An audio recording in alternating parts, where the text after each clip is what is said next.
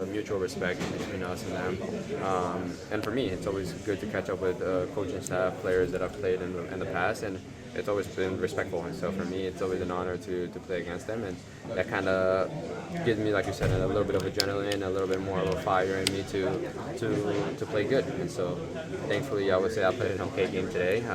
Got a goal, but I think it could be better. It looked like you had to make a sort of conscious effort not to celebrate the goal. Was that sort of on your mind that you didn't want to sort of show up your former teams? No, it kind of came naturally. Honestly, I didn't think about it. It kind of just happened naturally, and so I think I was never gonna celebrate, not anytime soon. So we'll see if I score another one over there. Then maybe not. No, actually no. Maybe next year. How do you feel like that role of the number 10 at times changes when Jordan is playing wide rather than how you finish the game there at the 9? You know, how do you feel like you can service him and get him into better positions? Yeah, I think we all know what they're strong at.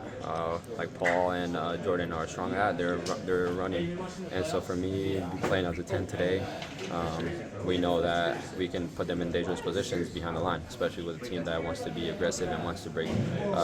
Center backs want to break their line, and so knowing that there's a lot of space in behind, that's what helps us, especially when we have strong runners. And so for me, that job playing as a 10 and getting the ball in behind the sixes made it very easy because I need one touch and behind.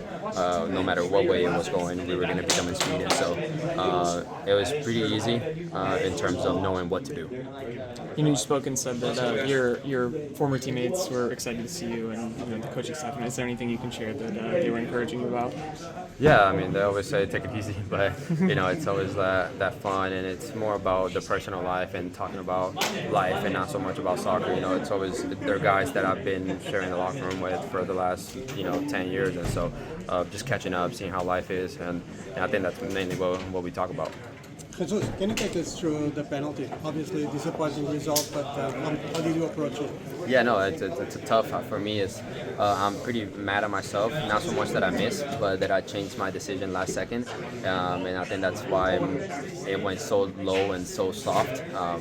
And it was pretty bad PK, and so for me, I'm more upset with myself that I switched it last second than missing the PK, because anybody can miss a PK and that's that. But for me, it's mainly that I switched it last second, and so it's just getting better with myself and my mental side of once I pick a side, just stick with it. Yeah. I mean, obviously the first goal that gets there, does it feel like maybe, goal scorers can get streaky? Do you feel like the gates might open here for you where you can maybe start to score more goals now that you got the confidence of the first goal out of the way? Yeah, like I said, I think that weight off my shoulder is gone, and I think that I'm going to be in a lot of positions. I think the way that we play with two pocket tens, it forces us to be in the box a lot of the times, and so I think we're going to have a lot of options for me to score more goals and provide. And so for me, it's exciting and what's to come, and I think that it came at a perfect time to kind of just get going. And so we have a couple of games left before the World Cup break, and so it's just getting hot before the break.